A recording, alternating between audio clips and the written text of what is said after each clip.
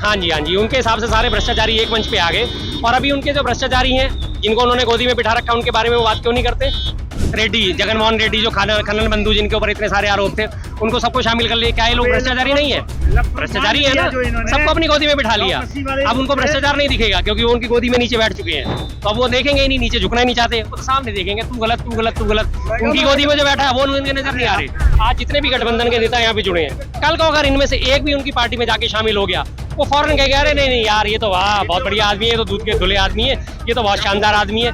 एक मिनट में कैसे रंग बदल देते हैं। रावण का भी यही अहंकार था, मुस्सा योद्धा मुस्सा दानी, दुनिया में कोई ना दूजा है, अपने शीशों को काट काट शंकर को जिसने पूजा है। सारे सर कट गए ना, आ गया अहंकार जमीन पे। तो ये अहंकार इनका सर चढ़ के बोल रहा है, ये भी जमीन पे आएंगे और बहुत जल्दी आने वाले। आज से इसकी शुरुआत हो चुकी है। शर्मा जी, आज महारैली हुई है और एक खूंखार भरी गई है यहाँ से।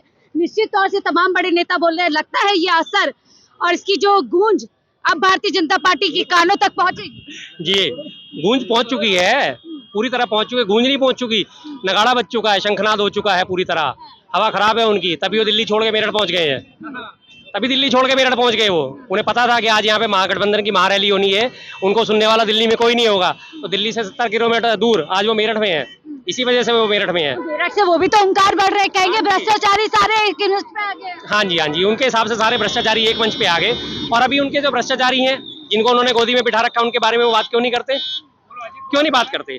ये देखिए, पीछे भाई साहब ने खुद ही बोल दिया, अजीत पवार हुए, हाँ, कितने सारे नाम है, शुभेंदु अधिकारी, छगन भुजबल और मुकुल रॉय, हेमंत विश्वा शर्मा, और उसके अलावा आपके सबसे बड़े ताजे अजीत पवार। और उसके बाद अभी पीछे वो यूपी में उन्होंने एक और को शामिल कराया, जिसके ऊपर बकायदा वो अखिलेश यादव कहाँ से आगे साहब इसमें, जी रेड्डी, जगनमोहन रेड्डी, जो खनन बंधु, जिनके ऊपर इतने सारे आरोप थे, उनको सबको शामिल कर लिया। क्या ये लोग भ्रष्टाचारी नहीं है?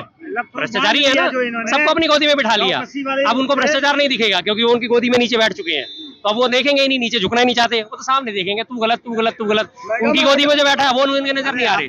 हमेशा दूसरों के ऊपर आरोप लगाना। ये सवाल कौन पहुंचाएगा उन तक, क्योंकि हम देख रहे हैं मीडिया अपना काम नहीं कर रहा है, वो जवाब देने के लिए तैयार नहीं है। यही तो आज देश का सबसे बड़ा दुर्भाग्य हो चुका है कि जो हमारे देश की मेन स्ट्रीम मीडिया है, वो पूरी तरह अपना काम नहीं कर। अगर वो अपना ये काम कर रही होती तो आज इनकी हालत खराब हो चुकी होती, कंफर्म था ये आज वो नहीं होती। भाजपा इस मंच पर तंज करते हुए कह रहे हैं कि एक तो चोरी करते हैं, ऊपर से सीना चोरी करते हैं मंच लगा करके। जी, बिल्कुल सही कह रहे हैं, वो चोरी और सीना चोरी करते हैं। तो आप क्या करते हो साहब?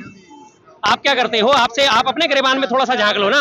आप एक उंगली उधर उठा रहे हो, 3 उंगली तो आपकी तरफ आ रही है। आप क्या करते हो? लगातार भ्रष्टाचारियों को प्रश्रय दे रहे हो, लगातार अपने बलात्कारियों को अपनी पार्टी में शामिल कर रहे हो, लगातार बहन बेटियों की मान मर्दन कर रहे हो, लगातार उनकी अस्मिता के साथ खिलवाड़ कर रहे हो। आप अपने ऊपर क्यों नहीं देखते इन चीजों को? आप कह रहे हो ये सारे भ्रष्टाचारी शामिल हो गए, तो जिनको आपने शामिल करा वो कैसे दूध के धुले हो गए? आपकी पार्टी में शामिल होते फौरन वो दूध के धुले हो जाते। आज जितने भी गठबंधन के नेता यहाँ पे जुड़े हैं, कल को अगर इनमें से एक भी उनकी पार्टी में जाके शामिल हो गया, वो फौरन कह अरे नहीं नहीं यार, ये तो वाह बहुत बढ़िया आदमी है, तो दूध के धुले आदमी है, ये तो बहुत शानदार आदमी है। एक मिनट में कैसे रंग बदल देते हैं। गिरगिट भी इतनी जल्दी रंग नहीं बदलता जितनी जल्दी वो रंग बदलते हैं। अभी आप ताजा उदाहरण लीजिए, थोड़े दिन पहले का ही लगातार आप वो बात कर रहे थे जगनमोहन रेड्डी की, जिनकी मैं बात कर रहा हूँ, खनन घोटालों के ऊपर, उनके ऊपर आरोप। आज वो बीजेपी की गोदी में बैठ गए हैं, सारे आरोप खत्म। आप कहते हो कि इनमें भ्रष्टाचारी भरे पड़े हैं, बलात्कारी भरे पड़े हैं। आप अपनी पार्टी में एक बार झांक लो, कितने आपके भ्रष्टाचारी करते हैं। तमाम आप देखिए सारे भ्रष्टाचारियों के नाम गिनवा रहे जो उनके खेमे में। लेकिन क्या वजह है कि 2014 से लगातार प्रधानमंत्री मोदी जी भ्रष्टाचार के मुद्दे को एक अपना हथियार बनाते हैं और देश में एक तरीके से अपने लहर जो चली उनकी, वो सारी मीडिया के प्रायोजित लहर थी। 2014 में पूरी तरह मीडिया ने इनके सर सारा खेल खेला। 2G कोल घोटाला, 3G कोल घोटाला और इस तरह के घोटालों का आरोप लगाया, स्पेक्ट्रम घोटालों का। उसमें क्या हुआ, कोर्ट में वो मामले खत्म हो गए। अभी पिछले महीने की आपने न्यूज देखी होगी कि जो सीबीआई ने दोबारा से केस ओपन कराया 6 साल बाद। 6 साल बाद भाई थोड़ा बात करने दो। हाँ, 6 साल बाद दोबारा सीबीआई उस केस को खोलना जा रही है, जो 2G स्पेक्ट्रम का घोटाला, जिसपे विनोद राय का बयान था। 2014 में उन्होंने बयान दिया था कि 1,70,000 करोड़ का घोटाला हुआ है। 2021 में उन्हीं विनोद राय का बयान आया कि नहीं, ये कोई घोटाला नहीं था, ये तो एक मामूली हमारी क्लैरिकल मिस्टेक थी। और उसको अखबार ने कहाँ छापा? 7वें पन्ने की 7 लाइनों में छापा। और उससे पहले वो घोटाला। अब सीबीआई दोबारा 6 साल बाद, जब कोर्ट ने सबको बरी कर रखा है, दोबारा फाइलें खोलने को तैयार हो रही है। क्यों? जब एक मामले खत्म हो गए तो आप उन्हें दोबारा क्यों रिपीट कर रहे हो? फिर 2014 में आ गए थे और 2019 में पुलवामा की वजह से आ गए, फर्जी राष्ट्रवाद का सहारा लेके आ गए। लेकिन अब 2024 में इनकी दाल नहीं गलने वाली। शर्मा जी अभी भी तो मुद्दा बुना रहे हैं ना, राम मंदिर की बात कर रहे हैं और आज भी कह रहे हैं कि जितने भी राम विरोधी है एक मंच पर आ गए, रामलीला मैदान। देखिए, ये कहना उनका पूरी तरह गलत बात है कि राम विरोधी है। हम बीजेपी विरोधी हैं, लेकिन राम विरोधी हम नहीं है। उसी तरह तमाम लोग राम विरोधी नहीं है, बीजेपी विरोधी है। बीजेपी कब आई सत्ता में? बीजेपी की स्थापना कब हुई? 6 अप्रैल 1980 को। आज वो 44 साल की पार्टी होगी 4-5 दिन बाद। वो आज उसकी हालत देखो। जब उसने क्या ठेकेदारी राम की उसने ली, राम हजारों सालों से है, राम सैकड़ों सालों से मौजूद है, कहाँ से है? क्या आज बीजेपी उनका ठेकेदार बन के बैठ गई कि जो राम को नहीं मानते वो देशद्रोही है, जो राम विरोधी है? कौन राम विरोधी है? सारे के सारे राम के हैं, कौन राम का नहीं है? ये बताइए, सारे के सारे राम है। देश की स्मृति ईरानी जो महिला एंड बाल विकास मंत्री वाले, वो कहते हैं अगर देश में गांधी सरकार होती तो देश के अंदर जो कोरोना में वैक्सीन मिली, जो 5 किलो राशन मिलता है, जो उज्ज्वला योजना के तहत सिलेंडर मिलता है, वो नहीं मिल पाता। बिल्कुल सही कह रही है जी। अगर कांग्रेस की सरकार होती तो एक कोरोना इस हालत में ही नहीं पहुंचता देश में। आपको याद होगा 2019 में कोरोना की शुरुआत हुई थी और 2019 में जैसी ये शुरुआत हुई थी चीन में, राहुल गांधी जी वो अकेले नेता थे जिन्होंने सबसे पहले इस बात का उन्होंने दिसंबर में ट्वीट करा था कि भाई चाइना से कोरोना की आहट हो रही है, आप अपनी इंटरनेशनल फ्लाइटें बैन कर दीजिए और भारत में सुरक्षात्मक कदम उठाएं। लेकिन उनकी हालत क्या थी? वो मार्च तक इंतजार करते रहे, मध्य प्रदेश में सरकार गिराने का इंतजार करते रहे। जब मध्य प्रदेश में सरकार गिर गई और उनकी सरकार बन गई, उसके बाद जाके उन्होंने 22 मार्च को जाके ये फैसला करा कि लॉकडाउन लगाना चाहिए। सबसे पहले नेता राहुल गांधी जी थे जिन्होंने इस बात से चेताया था।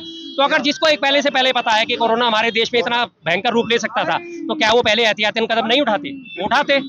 जिन्होंने पहले इस बात को बोला था कि फ्लाइटें बंद करो, इंटरनेशनल फ्लाइटें बैन करो, लेकिन इन्होंने नहीं माना। ये नमस्ते ट्रम्प करने में बिजी थे, हाउडी ट्रम्प करने में बिजी थे। लगातार विदेशों से फ्लाइटें आई, विदेशों से लोग आए, तभी वो ताली थाली तो बाद में बजवाई गई थी, तब ये नमस्ते ट्रम्प कर रहे थे। और नमस्ते ट्रम्प करने के बाद फिर उन्होंने मध्य प्रदेश की सरकार गिराने के बाद तब जाके इन्होंने लॉकडाउन घोषित करा था, जिसकी वजह से कोरोना इतना भयावह रूप लेके गया था।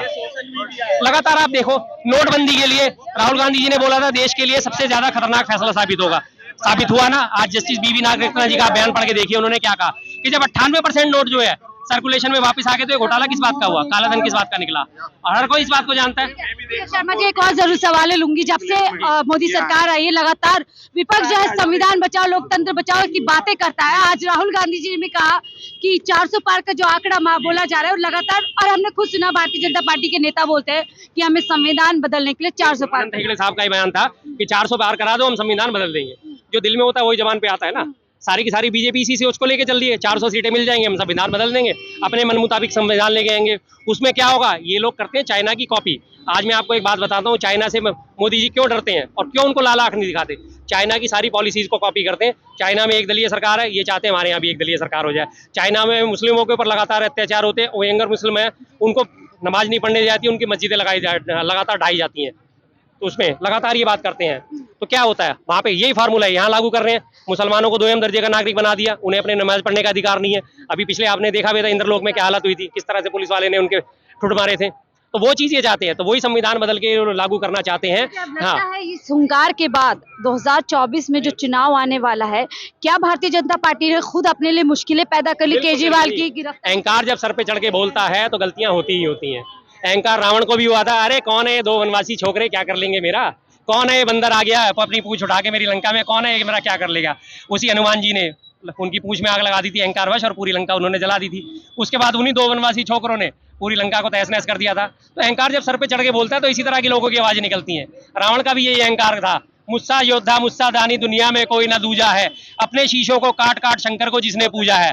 सारे सर कट गए ना, आ गया अहंकार जमीन पे। तो ये अहंकार इनका सर चढ़ के बोल रहा है, ये भी जमीन पे आएंगे और बहुत जल्दी आने वाले। आज से इसकी शुरुआत हो चुकी है। लोकतंत्र में जनता जो होती है वो सबसे ऊपर होती है। आप चाहे कितने भी 400 पार के दावे कर लीजिए, आप कितना भी चाहे विपक्ष को सता लीजिए, विपक्ष को खत्म करने की कोशिश कर लीजिए, लेकिन यही जनता होती है जो आपको उस सीट पर बैठाती है और सीट से यही जनता आपको नीचे भी ला सकती है। फिलहाल मुझे दीदी इजाजत, मैं शाहीन कार 4 PM दिल्ली।